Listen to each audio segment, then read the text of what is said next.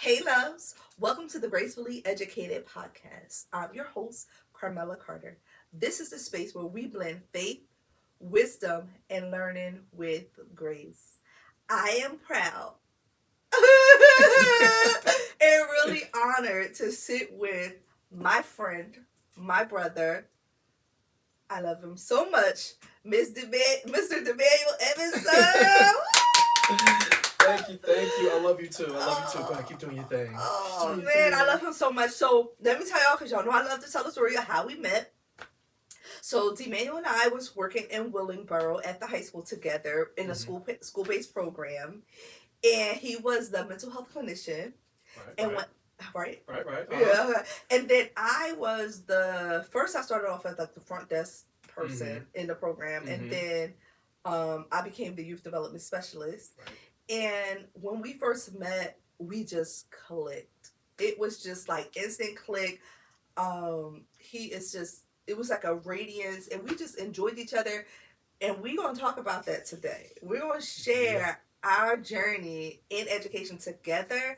And then I want you guys to learn all about his journey in education in totality. And we ain't going to forget our girl who we used to work with. Right. Ashley. What up, friend? We love our Ashley. We sure do. We miss you, girl. Yes. So we should have had a threesome. Next time. Yeah, we're going to make it work for y'all. Right. Y'all being in for a treat. Oh after my that. God. We're going to cut up on that one. Yeah. So I'm really excited. So DeManuel, I want you to share your journey. First, I want you to start with your college experience, like where you grew up, and then how you got into college, and all of the things, and then we'll just let this conversation flow. Sounds good? Okay, yeah, that sounds good. I love taking it back, and I was actually thinking about it, like on my way here, like, dang, where did this stuff really start at? Yeah. And so for me, I was blessed. My cousin was working at the Boys and Girls Club, and that was where I got my first job. Okay. Yeah. Trenton. And Trenton, yeah, you know the one. Okay. All right. And so, like, as a kid, I had all these other ideas of what I wanted to do. I wanted to be an astronaut. I wanted to be a cartoonist. All those wild things. An astronaut, though? I wanted to be a whole astronaut. I wanted to be out in space, y'all. I wouldn't be able to find me nowhere. And so, like, for me, when I look back now, I see the pockets and the sprinkles of where God was showing me, like, no, you're going to be working with kids. You're going to be an educator in some aspect. Yeah. Because as a camp counselor, you're like a mentor, right? Yeah. You're teaching them things as they're younger than you. I was also a tutor at the Boys and Girls Club. What? Completely forgot about that Wow. until I started going back my education journey. Wow. Yeah. And then it wasn't until in high school, my senior year, it's crazy. They tell us, figure out what you want to do for the rest of your life at 18. I was like, all right, don't know what I want to do. Don't want to be in business. Don't want to sit behind a desk all day, every day. And I took a psychology course my senior year, my last semester. And I was like, all right, that's it. I love people. I love working with people. I love getting to know everyone's minds. So I thought I was going to be a criminologist. Really? Really. Oh my goodness. I was going out there. I was wild. Yeah, right? All over the place. Astronaut to a criminologist. Okay. So trying to figure it out. It wasn't again until my senior year in college. I took a social work course and I was introduced to marriage and family therapy. And that's when I was like, that makes sense. Yeah. Everyone's always telling me you're great with kids. You're great with working with kids. Yeah. So I said, all right, so maybe like a child psychologist, working with families. Of course, you do this work with children. You have to think about the system, where they're coming from, the people that are constantly interacting with them and having to help them out as well.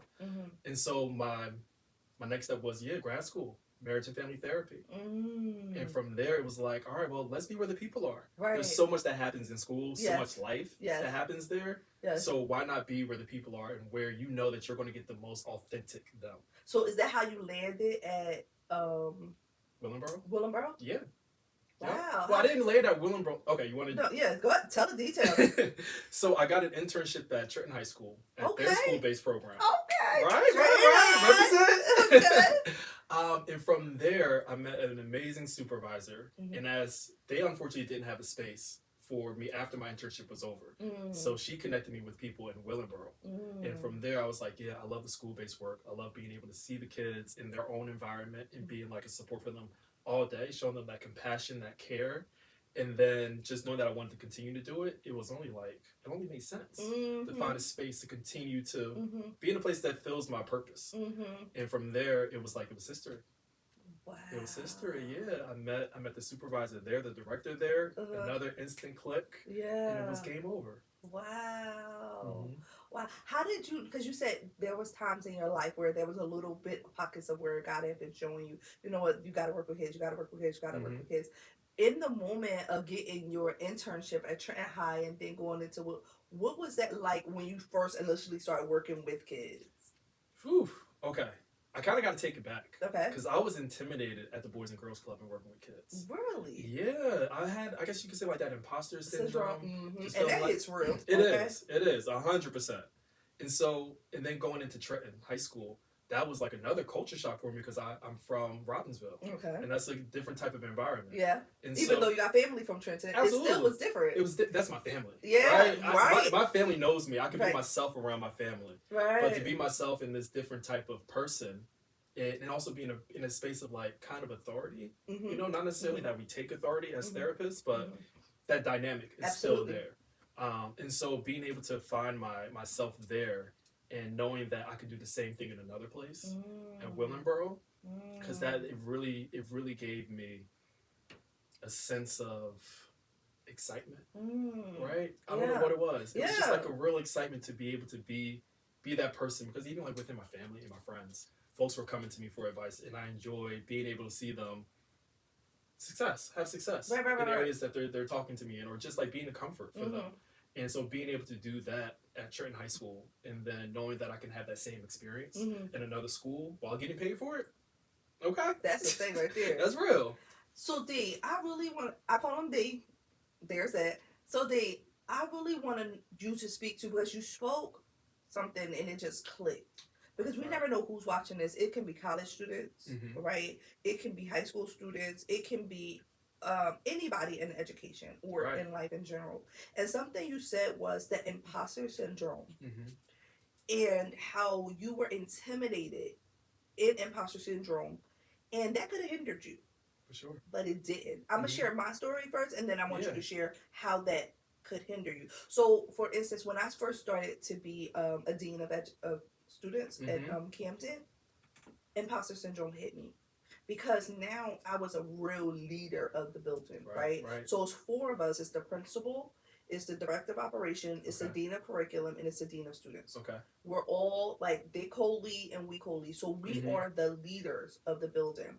And I remember feeling like, when I first started, like, I'm not worthy of this. I can't do this. I'm in charge of teachers. What? They're smarter than me. Like, I was feeling all of the things. And it wasn't until I got out of my head that I was able to really know and understand that I was called to this. And I can do this. I'm smart. I can do, and then I was able to really flourish as a school leader. So imposter syndrome is really real, and I know if it was real for me, it was real for you. I know that someone's watching and it's real for them. Could you speak to like how you were able to pull yourself up and give some small strategies on that? Yeah, that's a loaded question. Yeah, that's it a loaded is. question. I'm sorry, I hit the therapist. Pow! Woo! I don't know. So thinking about it back then, I think I was really just like pushing through, right? It wasn't a matter of me being mindful and me being intentional with like what steps I was taking, thinking about what I was doing. That was very much like the culture within the town that I grew up in. It's like you just keep push, and you fake it till you make it. Okay. Right? And so that's what really helped me then. And now, like in my past position before the job I'm in now, I was the director of a school-based program. Okay. That's the mom. And so within, like you said, you're in a leadership position, and it was mindfulness that really helped me, right? It was mindfulness and a little bit of meditation there, and of course prayer. Of course prayer, but mindfulness. And for those folks who don't know, mindfulness is really like, I'm gonna age myself, like playing The Sims, right? Like you were playing The Sims and you're playing your own character, so you're really observing yourself. You're thinking about your thoughts. You're observing your actions, your behaviors, right? And even your mood, especially, right? Yes. It's kind of like that mind and body connection. Yes, absolutely. It's important. Yeah. So being able to recognize when I was feeling that imposter syndrome, when I was feeling less than or not worthy, when I was questioning myself or questioning how other people were engaging and interacting with me, and then seeing how that had an impact on me. It really reminded me like, okay, you've done X, Y, and Z before. You have this experience. And nobody is always 100% going to know what they're doing 100% of the time. Absolutely. We're all human. right? And to be able to provide myself that grace to build myself up, like my self-confidence. For me, one thing that I love to do is dance and sing, right? And so that's like one way that I just shake it off. Yeah. I shake it off and I re-ground myself in those moments. Right. And being able to really ground myself allows me to reflect and just, again, be where my feet are. And saying, like, you're here. People are looking to you for a reason. You were given this position for a reason. They could have picked anybody. They had other folks in the bag, right? But they still chose you for a reason. Right? And God doesn't make mistakes. For me, like, when I look back on everything that I've gone through and how I landed there and where I'm at today, I'm like, he never missed. No. He never missed. He never missed. I am always happy. There's so much joy and gratitude. Whatever space that I'm in. And so I really lean into that. You, like, I'm just, like, warm in the inside. Like, seriously. Because one thing you said, like, you said a lot, and as a therapist, I love having therapists on because, first of all, they give that comfort. But one thing you said is grounding your feet where you're planted. And when you ground your feet, you have to say, I'm here. I can do this. One step at a time. Exactly. I can't jump over this. I have to go through this. And then remembering, like, you were called to this. Thank you for speaking to the imposter syndrome in all of us that can be, you know, real. So what were some of the challenges you could say that you faced when it came to student interactions? Like some challenges, some things that you had to carry and weigh and bring home and, you know, with those student interactions? Yeah, that was it. Bringing the stuff home, right? We're hearing so much trauma. We're witnessing it in real time at moments that we're still in the school. Excuse me. I would think it was a matter of really creating those boundaries. Right? One thing that we learned in school is a matter of not necessarily compartmentalizing. I don't want to say it like that, but being able to turn off the switch. Right? When I close my office doors, when you close your classroom doors, being able to say, like, I did all that I could today. And of course, you're still going to carry them in your heart. They're still going to be on your mind. But acknowledging that and being able to say, like, they're going to be okay. I'm going to see them tomorrow. And also depending on my community too. Right? Depending on the community that you're working with. So it was really just like sitting there with them and sitting there with them through it. Right? And understanding that you're just a guidance. You're a guidance in that moment for them. And you, like I said, you can't do it all. You can't do it all. You want to take some home. You want to adopt some. You want to make sure that you can give everything that you have, all your resources. But at the same time, we know that if that was the case, everybody would be saved. Right? Everyone would be saved because we all have someone in our lives that we want to pour into on a constant basis. And so knowing my limitations was a challenge. Wow. I love that you said two things. You shut the door. I'm done with this situation right now. And once you shut the door, you go into your own self and give it. And one person we worked with both was Greg Smith, and I can shout him out because we love him. What up, Mr. Smith? We love Mr. Smith. He helped me with that. He said, it didn't start with you. It won't end with you. You're just a person in between. Because I remember asking him, like, we carry so many burdens of our students, and it was really weighing on me. Like, I would go home with, like, I felt like my shoulders was heavy. I felt the weight. And I was like, I don't know if I can continue on with this because I didn't realize. But then when he said it didn't start, their problem didn't start with you. Their problem will not end with you. You're that person in between. It helped me with, like, okay, I'm not their savior. And that's what you just said. That's exactly what you didn't say that per se, but you said that in general. Like, I'm just that person that's going to help you through this particular situation. But speak to more of shutting the door, shutting the classroom door, shutting your office door. Speak more to that. I want to just say, again, a great shout out to Mr. Smith. Yes, because we love you. That also sat with me too. Really? And I was thinking about that as I was thinking about our interview. I was like, I remember he even reinforced that, what I learned in school. And like for that to be in a real life moment and not just hearing it in the classroom was so refreshing. So refreshing. Oh, he was such a moment. And he also taught me that integrity matters. I still say that to this day. To this day, oh my God, we love you, Mr. Smith. We really do. And you're going to watch this. But it said, he said integrity matters. And integrity Right, is right. what you're doing behind the scenes, in front of the scenes, who you are. It matters. That stuck with me. And then the other quote that you just said stuck with me. It's funny you say that. I just started with the professional coach. Okay. And one of the things that we're doing for her to get to know me, and of course to get to know myself better, Right. was what are our values? Yeah. And integrity came up. Mm-hmm. And it was him that Mm-hmm. really instilled that within me. Mm-hmm. And so again, shout out to you, Mr. Smith. Right. Okay, but you asked again, how do we shut that door? Yeah. And like kind of keep it shut, like lock it up, Mm-hmm. right? For me, it's a matter of, again, that mindfulness. Yeah. Practicing it. Yeah. Being really in the moment and like even saying it out loud to yourself if you have to. Yeah. Yeah. Right? Like, because you did have a mirror in your office. I did. It was a nice reminder. It was a nice way to like really look at myself and say like, you've done all that you could today. Let's shut this door and let's move on with the rest of our day. Mm-hmm. Because so much has happened in those 8 hours. Yeah. But I still have another 8 hours Mm-hmm. of the people that I love Mm-hmm. that I also want to pour into. Right. And so right. if I'm carrying that either negativity or just a lot of that heaviness, Mm-hmm. it's going to have an impact on my relationships. For sure. Right? Romantic and platonic. Yes.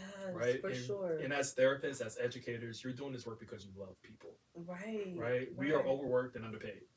So being able to speak to those folks that you love and you care about your day, but also not allowing that to dominate Mm-hmm. your conversation or dominate your mind Mm-hmm. is such a practical skill to like really be intentional about in order to just be your best self the next day.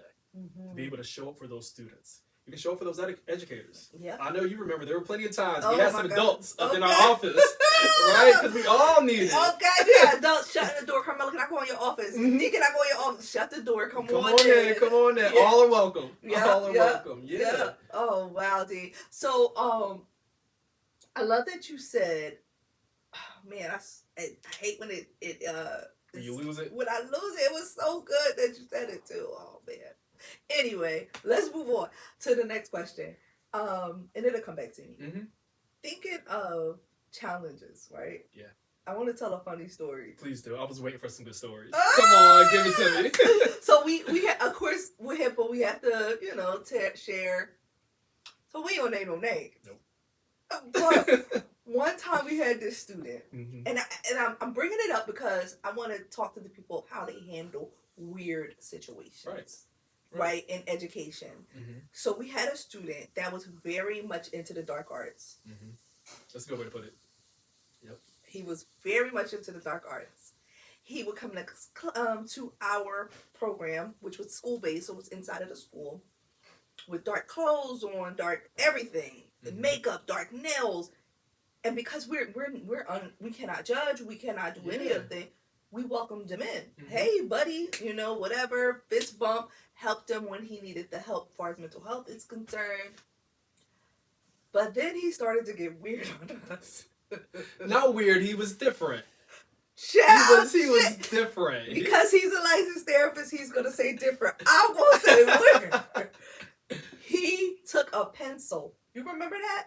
And he was saying, I bet I can make this pencil move or something. Mm-hmm. And causing up this like spiritual thing that happened in the room so that the pencil moved.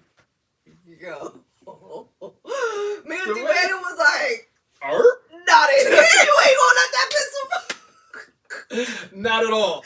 Not at all. Not in this room. That pencil. Not in his office. Not even in his school. Okay. Take that home. Take that home. Because we ain't out here practicing our stuff here. So you're not about to be out here. And yo, we laughed about that for so long because he literally was in there trying to practice the dark arts. Yeah. In our office and everything. And it was so hilarious. It was. It was not only because it was something that we've never experienced. Yeah. Right? But also because I feel like he felt so comfortable with us. Very we created true. that safe space for him. Yes, we because did. we're always welcoming. Yes. Right? And no that's matter like who it is. no matter what. So it's a beautiful thing for a child to come to you and say, like, I'm excited to show you this. Right? This is a part of me and who I am. But we created the boundaries, right? We let them know we appreciate it. We are so thankful that you came and you want to share. We were so professional with it. Absolutely. But when he left, he left. We were protecting ourselves. Yes, we were protecting we ourselves. Was like, Jesus. Yes. I feel like you might have lit a match. No, we shouldn't have been having matches in school.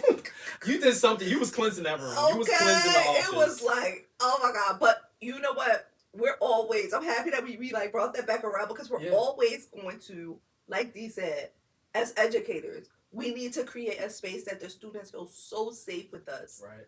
That no matter what they're into, and we have been into things. Yes.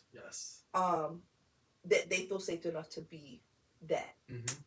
But we also have to create those boundaries. Right. And a lot of educators don't know how to create boundaries, so they tend to get burnt out. Right. And burnout happens when I'm not creating a boundary. That's what I was going to say. Mm-hmm. Even the thing that you said about, I'm here with you for 8 hours, but there's someone I got to go home to for the other 8 hours that I'm awake. Right. And my family and my children, and I got to give to them.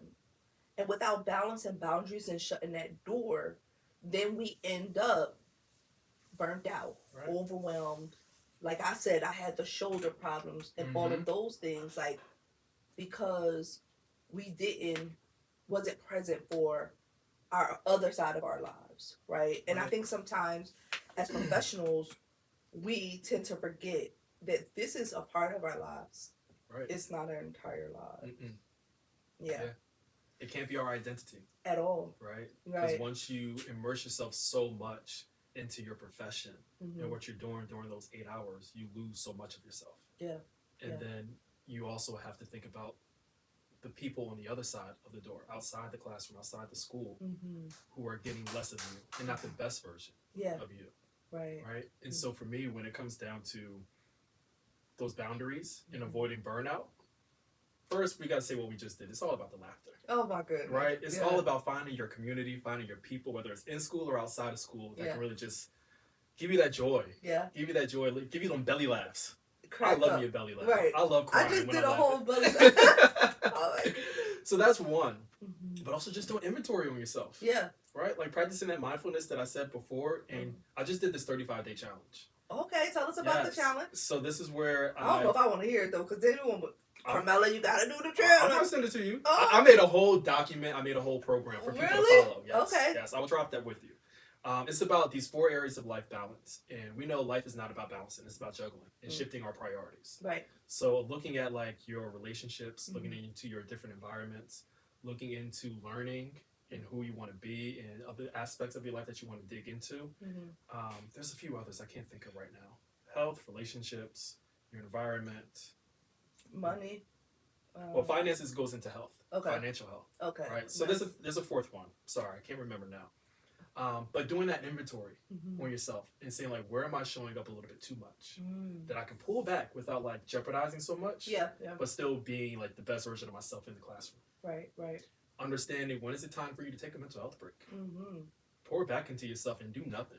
Close that door, turn on that TV, and be a zombie if you have to. If you have to. Journal. Yeah. Right? Time to really self-reflect. Right. Prayer. Yeah. Going to those people and just to those things that really pour back into you and give you joy.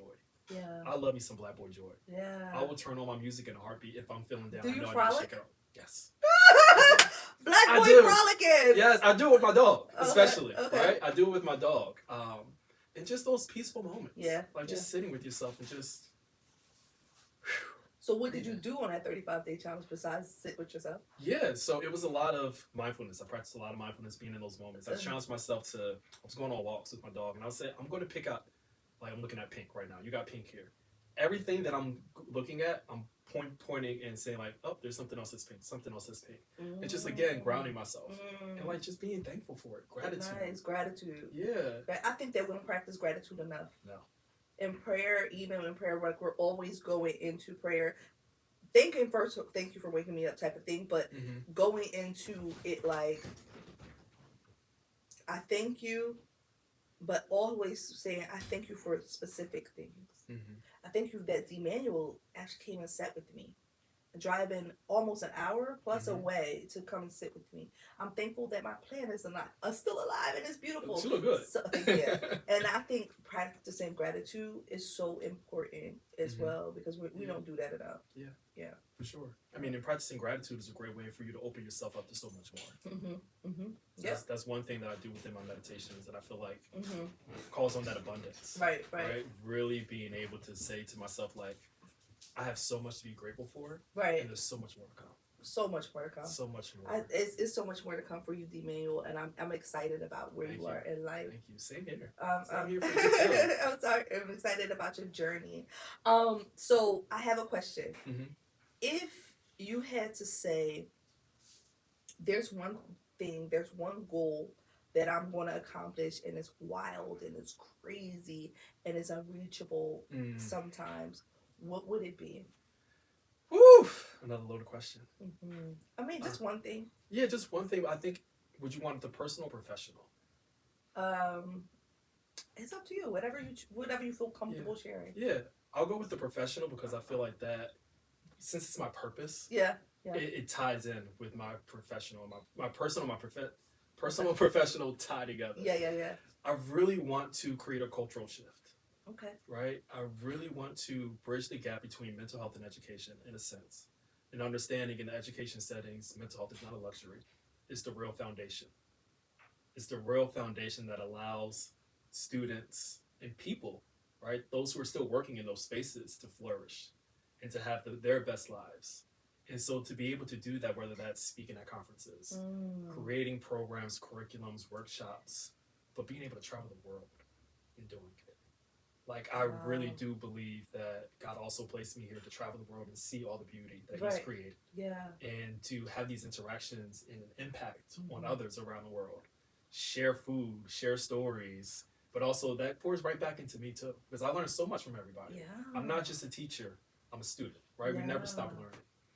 And I think by doing that, I'm bringing my family with me. Okay. Right? Period. But also it's modeling. Yeah. It's modeling all those things that, as Black and brown people, we have so many challenges up against us, so many systems that have been placed for us to have to survive and not thrive. And to be able to be a model for people in our generation, older, and especially the younger generation, and seeing that it is possible. Right. Is really that shift that I want to help create in the world. I love it. Oh, I want to hold that point that you said, that mental health help is a luxury. Yeah. Wait, it's not a luxury. It's foundational. It's necessity. Foundational. Yeah. It's not a luxury. It's foundational. That really hit home. Wow. If you had, I don't want this conversation to end. We're not going to be done. We're going to cut this off and we're going to keep talking. Okay, because this is my boy. He's my brother.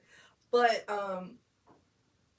if you had to leave our educators, our community of counselors, our community in general, with some lasting words of empowerment, encouragement, I want you to look into the camera and speak directly into the heart of the people. Okay. I'm a plant daddy. I'm going to start off there. She's doing good. I'm so proud of her. I think when it comes down to the everyday interactions that we're having with our students or with our colleagues, but especially with our students, we feel like we want to see that change happen, right? We want to see it happen, whether it's that week, that month, that school year. It's so important to remember that schools are fertile ground to plant seeds, right? And so as a plant dad, I'm using that analogy because if you're planting those seeds, you're not going to see them flourish within that month, that school year. It's really about understanding that there are going to be times when they're going to come back and talk to you. We've had plenty of moments where students will return after graduating saying like, oh, this is what Mrs. Carter was talking about, right? Whether it's before, during, or after and they that situation. Still contact us. They sure do. So just understanding that you're not going to see the fruits of what you planted immediately, but just know that they're still blossoming out there. They're still flourishing. And so having that opportunity to know that you're a part of someone's story, part of someone's success, is something that should continue to keep you motivated and give you that endurance every single day. And I really hope that you don't only do that for them, but you do that for yourself. And watering yourself, because those seeds have already been planted and folks are still planting seeds within you or for you. Just continue to water yourself and continue to water those students, no matter how hard, how harsh that sun may be, how much trauma they're going through. It's all worth it. You're here for a reason. You've been called to this for a reason. That was beautiful. Thank you. I'm gonna plug him. I'm gonna drop his email right here. And if you are in education and you need to blend education and mental health, hit him up. Call him. Bring him into your school. Bring him into, your small groups, into for your teachers, for your students, whoever, because I'm sure you already heard how he already blended faith, wisdom, and learning with grace right here in the last 30 minutes. So imagine what he's going to do for your school. So I'm plugging him. Make sure you hit up DeManuel. Thank you. I appreciate it. You're welcome. So thank you here for joining us here at the GraceFully Educated podcast. We had the bomb conversation. Sure and I know that, like I said, we blended faith, wisdom, and learning with grace. And until next time, before I say until next time, make sure you drop him a comment. Please. Drop him a comment. Let him know how he inspired you, how he helped you, how he motivates you, because we need it. We need the love. We need the encouragement. So drop him a comment. Make sure you like and subscribe to this channel. And until next time, have an amazing day on purpose.